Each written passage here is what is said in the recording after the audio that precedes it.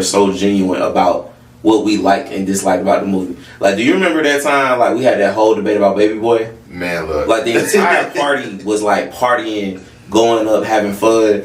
And me and this dude is in the back debating Baby Boy. Everyone came into the media room, was like, yo, what's going on? Like, what? Oh, y'all watching Baby Boy? Oh, that's my shit. Da, da, da, da. And we was like, yeah, true. It's a classic.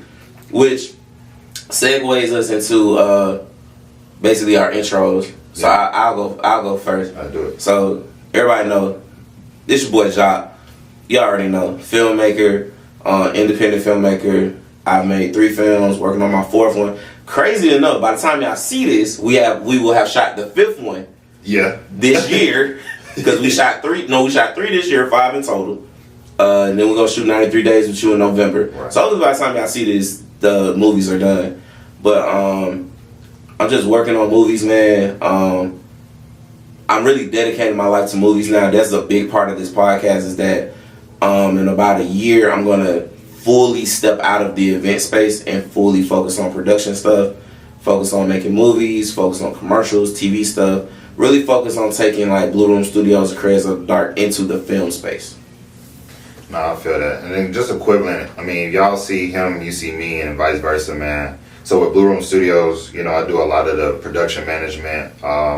Even with this, like he was saying, with 93 Days with You and stuff, I'm working as associate producer with that. So we're just trying to build a brand, you know, even with me, you know, I'm trying to build as far as brand strategy, just trying to build as far as production management, outsource and things like that. Because as you've seen, when we was working with our good friend Sonny and stuff like that with Last Call, I was the lead actor with Wait, hold on, that makes 7. Yeah. That makes 7 total. Production credit, yeah. So this is, and we're talking about over a total span of this year, you know, and you know, equivalent of the last couple of years. But we're definitely excited to have something like this medium and things like that, because we're talking about it from an independent standpoint. You know, we're talking about it from, you know, from self-budgeting to how to get a crew to, you know, all of those things, but also too be able to talk about the movies we just saw at AMC, you know, last week, or talk about the best film we saw in '92, or things, you know, just things that really hit home for us and help us make the great things that y'all see on screen. Okay, so you know we got to dive right into it, bro. Yeah, for sure. Let's go ahead and talk about it. 2025 best of list. Let's get into it. I'm gonna pop it off. Sinners.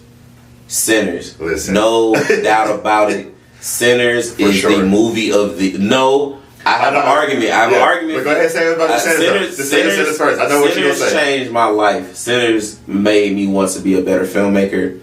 I believe Ryan Coogler showed people that he's not just a superhero director. He can direct any type of movie, because that's amazing. That was amazing to see that in theaters. No, for sure. And I definitely want to add to his with Sinners.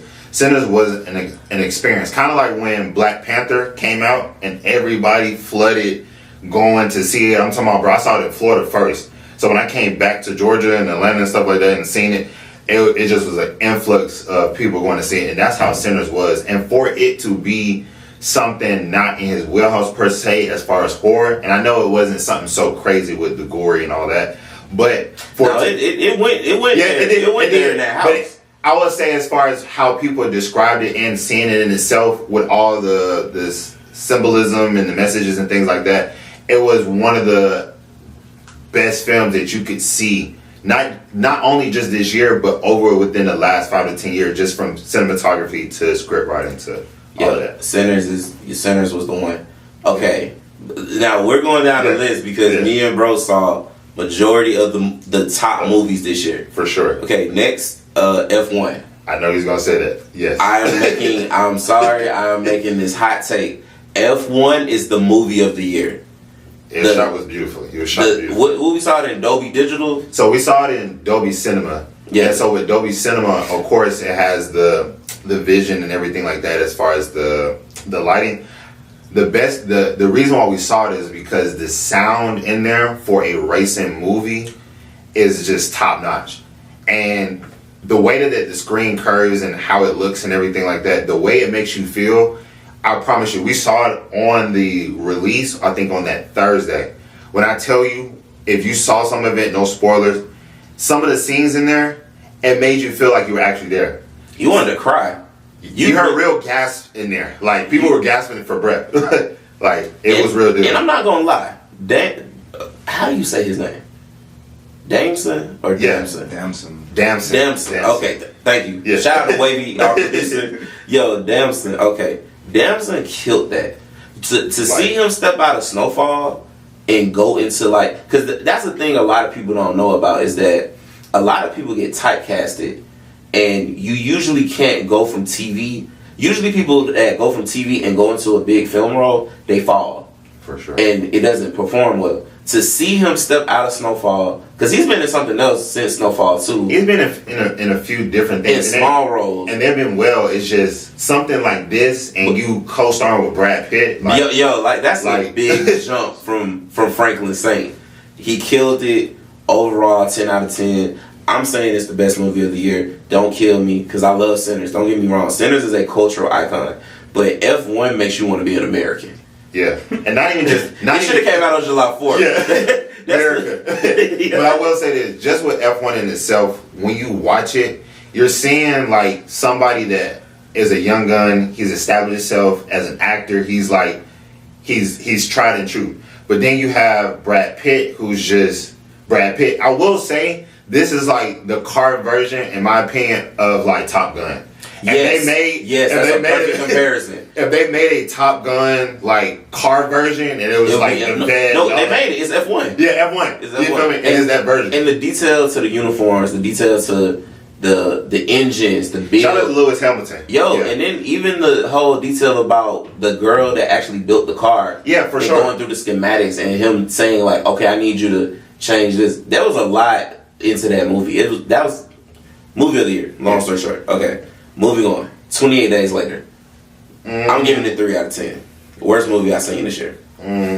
Let me add to it as a better movie. I don't know if too many people saw it because, it fell through the cracks. I saw some good reviews. I saw some mid reviews. But for me, loving the John Wick series and things like that, it came out this year. Ballerina was an actual quality movie for it to be something separate from John Wick. Yeah, Ballerina was definitely it definitely was a good quality. You know what? Let's do that. We're not going to talk about what we didn't like. Yeah. But I am about to shit on 28 Days Later. That is I'm going to tell you why though, because I love Danny Boyle. He made Trainspotting. He made Trainspotting 2. He's one of the only filmmakers I've ever seen make a sequel that is almost as perfect as the original movie. And I love him as a director. And I love the first 2 movies. But 28 years later. 28 years later. 28 years later, bro, what was that? Like, what was I watching? I get the end. Now that I've talked to somebody like who saw it, the ending makes sense a little bit about the whole martial arts thing. Sorry if I'm spoiling the movie. You should have seen it by now. Yeah. But, I mean. Months ago. Yeah, it came out this summer. Like, anyway, but I don't like the movie. I didn't care for the movie. Let's move on to another one we kind of didn't care for. Yeah, you already know what I'm about to say. Which one? Jurassic Park. Yeah, I will say, and this is us being real fans of the series, real fans from the director to everybody on it. Like, and quick note, we watched at my crib. Didn't we watch like the first 3? And we didn't watch it at Joe's spot. We definitely watched it at the studio to prepare for the new one. Yeah, so, we watched like all of them, like all 5, 6. And with it, and even with him being biased with Dominion and the newer ones and stuff like that, I'm gonna get my opinion in a second. Yeah, but I just feel like for a good wrap up and them having everybody on there, I felt like it was a good thing. But I will say the reason why we had to go back is because a lot of debate was which island they were actually going to, which dinosaurs they were looking for, what was left, what was destroyed. And if you went back, they all already talked about how everybody kept going to a different island when they were returning because new people kept either disappearing or trying to find dinosaurs on a different island. It just was crazy. But yeah, that just wasn't a good new, like touching a franchise like that, adding a new one to it, it just wasn't living up. This is my take on it.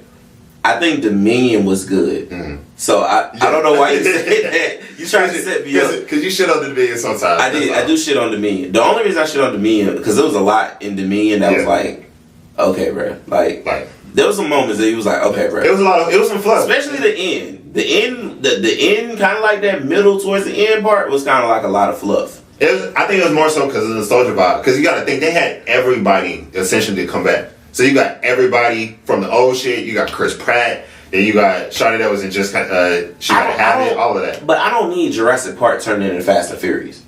Hey, and that's what that was. Hold on. Don't speak on Fast and Furious because that is a great quality franchise. Let me tell you something right now.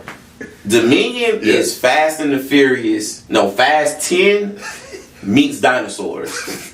That's the problem with Dominion. I love the first three. I love Jurassic World. What's the one before? I love Jurassic World. I love Rebirth.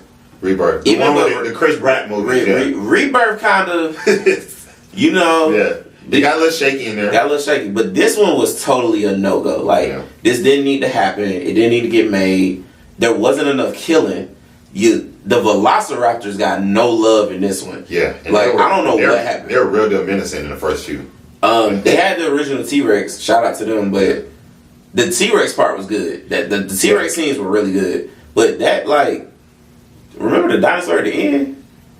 The crazy one that was like supposed to be the mixed breed. You talking about in Dominion? Yeah. Yeah, when they was in the park and they tried to find themselves. Yeah. Yeah, that was kind of crazy. Yeah.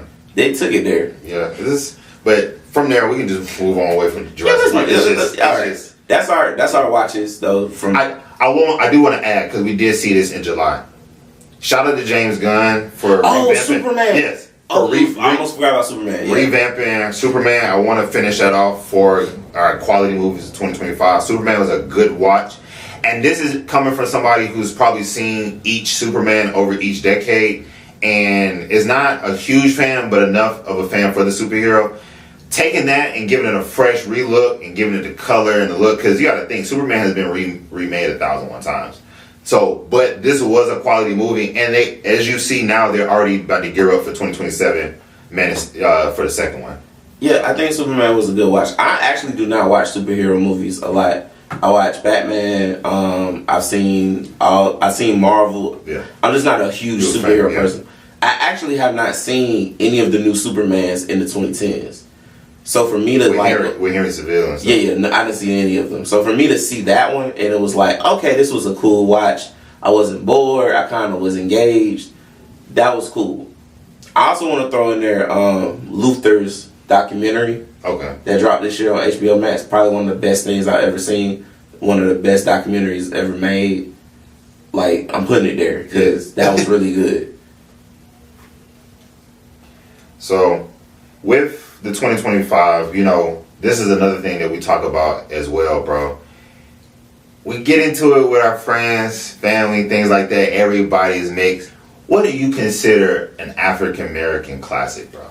This is my okay. What do you? This is why he's bringing this up. I always have the debate at Blue Room on movie night, specifically on movie night, about black classics, and I feel like there's some movies on that list that need to be taken off, and there's some movies on the list that need to be added. I am going to say, you know what? Let's go back and forth. Yeah. You pick two, I'm gonna pick two, and then we'll do what needs to be taken off. What's for sure on the list? For sure on the list. Give me a good 5. What's for sure on the list? And I'm glad you said that. I made a good comprehensive list from different parts. So I got Diary of a Mad Black Woman. I got The Best Man, The Wood, Friday, and this was the tricky one. I got either Life or Harlem Nights. I feel like both of them are good choices. Yeah. I have, and we're gonna talk about hood cinema. Yeah, and that's a whole different. So we're gonna talk about hood cinema. We actually have an episode. The homie Ant gonna come in. We're gonna go through hood cinema. We're not talking about hood cinema right now. We're talking about African American classics, the black family movie. Yeah, that everybody will sit there and it's like, oh, that's a black movie you gotta watch. Friday After Next, for sure. Christmas movie. That's a legit. No questions asked. That's a legit Christmas movie. It's Christmas throughout the whole thing. It's Christmas time during that. They got robbed Christmas Eve. Blue Street. Yes. I feel like Blue Street is like. First of all, I feel like Blue Street is Martin Lawrence's best movie. And I know that's gonna sound crazy because you got Bad Boys 2, you got Bad Boys, but not even that, bro. And Thin Line. I know you love Thin Line. I know you love Thin Line. Big Mama House 1 is like up there, bro. I'm sorry, but Blue Street is like... No, but that's his top 3 though. Because I feel like with Big Mama's House, some people just aren't into the whole dressing up comedy part. I can get that. I feel like Blue Street is raw. Him, like Martin Lawrence at his best. Like that, he was killing that shit. Okay, so like Friday After Next, Blue Street, The Preacher's Wife, quality. The Preacher's Wife, Denzel and Whitney Houston. You can't beat that. Yeah, everybody. You already said The Wood. Yeah, I said The Wood. Classic black films, the family movies. You said Diary. I'm gonna say, since you said Diary of a Black Woman, I'm gonna go ahead and give you all the Tyler Perry stuff. So I'm not gonna name no Tyler Perry movie. But I give you that, especially the early 2000s stuff. I'm gonna say something controversial, bro. Let's hear it. I think we might gotta go. Baby Boy. That's family movie. That's a thin line. That's between Baby Boy and the hood cinema, bro. That's very hood cinema. Like, that is very hood cinema. Yeah. Okay. That's why it's a thin line. I retract my statement. But I'm really saying, The Negotiator with Samuel L. Jackson. That's a good one. But I will say that's maybe a little niche, only because if people don't watch suspense crime. Oh no. Let me tell you something. Yeah. Everybody has seen The Negotiator. Your grandmama, your uncle. If they had Channel 42, they had seen The Negotiator at least once. I remember before. R.I.P. my grandfather. I remember my grandfather used to get mad because he couldn't find it on TV no more. I was like, I think it's on streaming. He said, I don't got streaming on my TV. Like top 5 movie. Shout out to The Negotiator, man. That's a quality Samuel movie. The Negotiator, and then I low key want to say Deliver Us from Evil. Yeah, I feel like that's a good one. Yeah, I'm missing a few. I'm better at this usually. Yeah, I'm gonna add some more to that. You feel me? Good. I'm gonna say quality. Oh, I'm tripping. Eve's Bayou. Yeah, that's a good one. Yeah. So to add into that, I'm gonna say stuff like The Brothers. You love The Brothers, man. Bro, listen. Let me say this about The Brothers was best man with half the budget. But they were still quality actors. You had Boris in there, didn't you? Yeah, Boris because his girl was sleeping with Clifton Powell. Yeah, you had Boris. You had Boris Chestnut. Yeah, because he was conflicted because Gabrielle Union slept with his father. Well, not even slept with his father. He went on the dates. I wonder did they do that together, and then they was like, okay, we're gonna do 2 can play that game. I wonder did that happen like that, or was that before it? Are you talking about when they dated? That's Vivica. That's Vivica. Yeah. No, that's what I'm saying. I wonder did they cast because they saw how she was in The Brothers. Yeah, but I'll put Higher Learning on there for sure. I feel like that's hood cinema. Higher Learning? Yeah. Really? Yeah, it got tendencies. It got some Esk in there. But no, I'll let that slide because that's not really hood cinema. That was at college. Yeah. And it's about racial tension, bro. So. Yeah, and another thing. I know I'm calling this hood cinema. Look, bro, we both black. We're not mixed at all. We are both black. We are both niggas. I'm just saying, we're talking about movies that are like black, family. Everybody, the kids gonna watch it. Everybody gonna watch the movie. Do the Right Thing, Crooklyn, stuff like that. See, Do the Right Thing.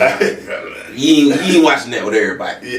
That might cause a ruckus at Thanksgiving. Yeah. Mo Better Blues. Quality. I don't even go School Days. Yeah. Oh, we tripping. We didn't even get it. Okay, School Days. Some classics, yeah. What's a comedy that should be in there? That's what I put. I said Life on Harlem Nights. But what are we missing? Life, Harlem Nights, and what else? You know what a lot of people love now? Soul Men. Yes, bro. Because they've been putting that Floyd Henderson clip with Bernie Mac and shit, bro. Yo, Soul Men is classic comedy, bro. Like, that's hilarious. Okay. All right, what we got next, brother? So, this is one of my favorite decades in between, solely because I watch a lot of crime, thriller, suspense movie, and they made the best ones between this time. I get a lot of flack when I talk to people and they ask me what's my favorite, and they talk about, you watch a movie from 98, you watch a movie from 02. Y'all have y'all have to understand the way that they shot some of these movies and the people that were shooting them, they were literally approaching their prime or in their bag. So you have things from when they shot like the Hannibal Lecter series and the Bone Collector and the Morgan Freeman when he was originally the first. Bone Collector. Originally Alex Cross. Everybody daddy had that DVD, boy. Listen, you had that. You got Queen Latifah in there. You got Denzel, Angelina Jolie. You got Denzel in a wheelchair in there, and that's how great Denzel's so good in the movie. He's a paraplegic for majority of the movie, so it's just like, come on. But what would you have as some of your quality, like, must watch in your, like, somebody was picking from your catalog, what's your 90 to 2000s? Man, it's a lot, bro. It's a lot. It's a lot of hood cinema.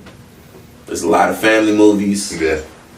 One of my biggest ones that I think from the 90s that I love, but this is my problem. See, I know movies, but years be throwing me off. And I know we work off together with the years and stuff like that, because, like, it depends on, like, throw one out, let's see.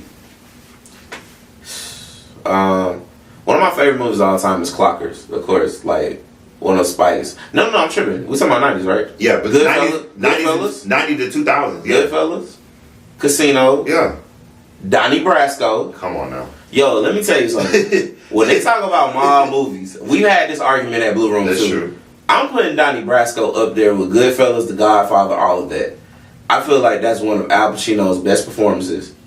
Quality too. Now you can say what you want about Johnny Depp, because I don't know how he got that role. He was good in it. Yeah. But let me tell you something. Al Pacino, the lefty guns, you can ask all of Mulberry Street. Anybody, you can ask. My mama can hold her head anywhere in this neighborhood. Come on, bro. That's 5 minutes in. That's 5 minutes into the movie. Listen, bro, they make, and I don't think people understand, they make quality. No, go ahead. Cape Fear. Listen. Cape Fear with De Niro De Niro was killing it in the 90s. Listen, even when he did The Fan too. Listen, folks don't know about that. That might be a sleeper. That may be a sleeper. Silence of the Lambs. What's the horrors during that time? Shoot, you getting out of the Wes Craven, the John Carpenter years of the 70s and 80s. So you having stuff like I Know What You Did Last Summer, Jeepers Creepers, the early Screams. You feel me? Like those type of. That's when slasher films became big in the theaters. You start having Blair Witch Project. That's when horror became franchise. Yes. That's how when you start making box office money at the what's called Scary. Honestly enough, Scary Movie was during that time too. The first Scary Movie, I was thinking is the mid to late 90s. Yeah. But what I wanted on my end to add to with the crime and stuff like that, they did produce a lot of rom-com and romance through the 90s too. You got to include like Love Jones and Brown Sugar was early 2000s. Even that's 02. Yeah, that's definitely 02. But like even I do want to add like stuff. Thin Line. Oh, of course you got to add Thin Line. But I want to add stuff like Catch Me If You Can.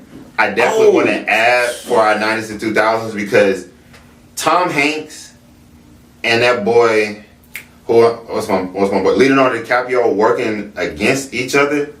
It's just like, how did you even come up with something like this? Because this is early scamming. I want y'all to know, like the sum in a nutshell. This man scammed so hard that this is like early FBI. This is early scamming. This is early check fraud and all of that. Like this is how bad it was. That's one of the best biopics I've ever seen too. Like if you're gonna make a biopic about somebody and tell a true story, you should like use that as an arc. No, for sure. It's a really good movie. And Leo, I always say, as much as I love Leo, a lot of his movies aren't ranked super high on my list. I have my picks, but that's like up there. That's like top 25 favorite movies all the time. I will stop what I'm doing at any time of the day to watch Catch Me If You Can. Catch Me If You Can is a great quality movie because they used to show it a lot, like on TBS and TNT. So when I used to catch it in my teen years, I'm like, somebody made something like this, but basically trying to catch a nigga who's basically doing fraud throughout this time, but they can't catch him because the world is not up on game with this, and he's so advanced that he's keeping game too. But one thing I want to add when we talking about Denzel earlier and about the Bone Collector is one movie that came out in the early 2000s as quality. Not only was it what's the one Unstoppable, but you had Inside Man. No, that was 06. That was 06? That was like a little later. But I'm to your point though. You had Shaft. Oh, with Samuel Jackson. Can't forget about that. That was like 01, 02. Demolition Man was the 90s with Wesley. With Arnold and Wesley. Yeah, that was a quality. For sure. I think the 90s just was good all around for making movies. You had Bad Boys, of course, started. Yes. Like, yo, and the fact that that's Michael Bay's first movie. And then Rush Hour. Bro, with, come on. Both of them. I cannot remember the guy's name. I just remember he shot music videos and then he started making, like, Rush Hour is his first film. But for that to be your first movie, that was the years of that too. Shout out to Brett Ratner, man. Brett Ratner, man. I don't know why I don't remember that, because he's in one of my favorite episodes of Entourage. Brett Ratner. But Brett Ratner, shout out to you, bro, because for a first, Brett Ratner, Michael Bay, I know we on the 90s, but you know what I'm finna say. Shut up. We're gonna dive into the 80s on another episode, but fucking Thief, Michael Mann's first movie. Listen, I'm talking about, if you love Heat, we ain't gonna heart, because we gotta get out of here in a minute. But yo, if you are not busy tonight, go watch Thief by Michael Mann. And we're talking about free streaming. It should be on Pluto TV, Tubi. We just watched it a couple months ago. Thief is a great quality written shot film. And go watch it. And it shows you, if you watch Thief and then watch Heat, you'll see like exactly the same type of film structure. Really dope. Alright. So just in conclusion, what are you expecting to see going into the next few months? Because we've seen some good trailers. Hold on. I got your list. So go ahead. We gotta see Born to Run. I don't know if it's called Born to Run. I think it's Born to Run. So Born to Run is supposed to be the Bruce Springsteen. Yes. With Jeremy Allen. With Jeremy Allen. Then we have the one with Leonardo DiCaprio. Tiana Taylor is escaping us right now. Yeah, it's escaping us right now. Smashing Machine. I'm not gonna lie. I'm seeing the promo, the 100% Rotten Tomatoes by him being an MMA fighter. We might have to go see that. Going back to the title, One Battle After Another. One Battle After Another. Yeah. Channing Tatum in the. I know what film you're talking about, but it's that name. You have to understand, when we go to these movies and they show 10 to 12 trailers. It's Channing Tatum. He was robbing banks. He's hiding in like a Kids R Us. Yes, we got to see that. Yeah. Also, I want to add him and Predator. If you big, I've been watching the Predator series and stuff like that, but hey, producers telling us that's our time, but we definitely want to tell us this episode 1, so this is like a tester, but next week we'll be back, and hopefully y'all tune in. Go ahead, bro, you can kick us off. Man, look, we appreciate y'all tapping in to Cinema De Bleu. Hey, we got more in tune. Episode 2 is on the way, man. Shout out to y'all. Sure. Big Jock ATL. Mario, we out, man. We out.